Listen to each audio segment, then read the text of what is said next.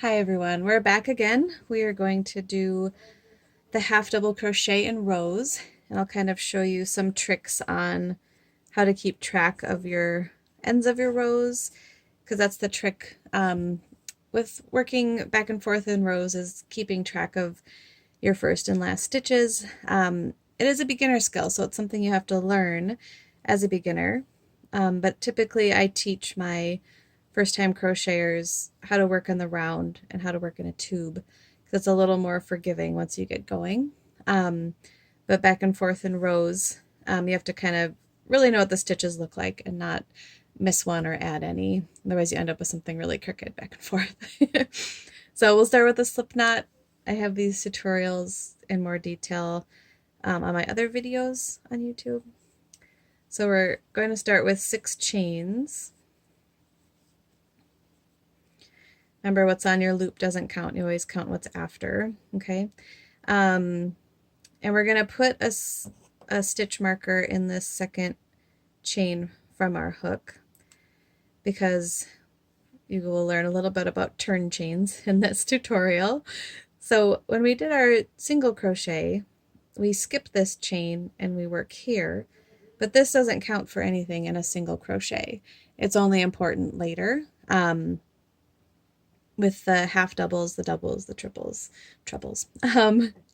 So we're going to work right down here and make our half double crochet in the third chain from our hook. And this is essentially going to become a stitch as we make that. So you're making one stitch, but it's actually becoming two. You'll see it in just a second. So we start with a yarn over.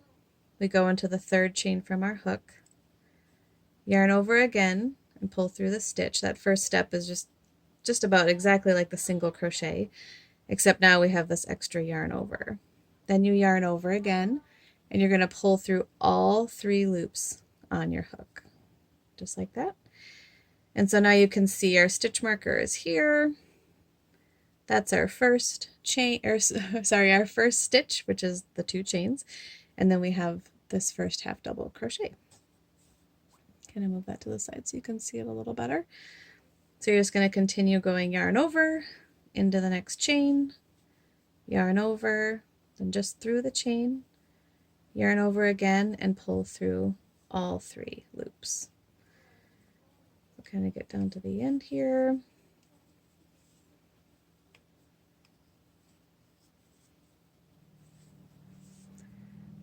So now we have 5 half double crochets, our chain that counts 1, 2, 3, 4, and 5. So we want to keep in mind this is our last stitch that we made. When we make our turn chains, we're going to make 2, because we need 2 for the half double crochet. You're basically getting the chains up to the height that your stitch is going to be. Okay, so you make your 2 chains, flip it over. Some people flip it then make your chains, but I kind of like you guys to see what's happening. Flip it over. So this is our first one. So that counts as our first stitch. So the chains kind of go with this first guy here. So we're going to go over to this side. So there's one here, and here's our second one.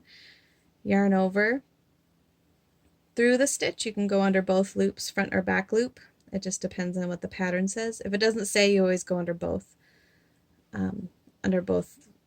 loops of the stitch. Then you yarn over and pull it through the stitch.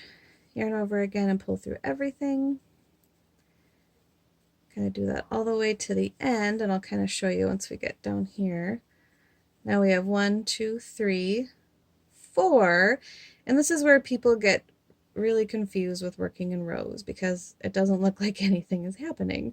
But here's the stitch. I'll try and move my hook a little bit. It looks like a V. You see that right there? Right before the stitch marker. So there's one here, and then here's really essentially our last one, because this is our turn chain and we need to work in it. So we have 2 left. I'm going to do 1 in our real stitch, and then we're going to work 1 in our turn chain.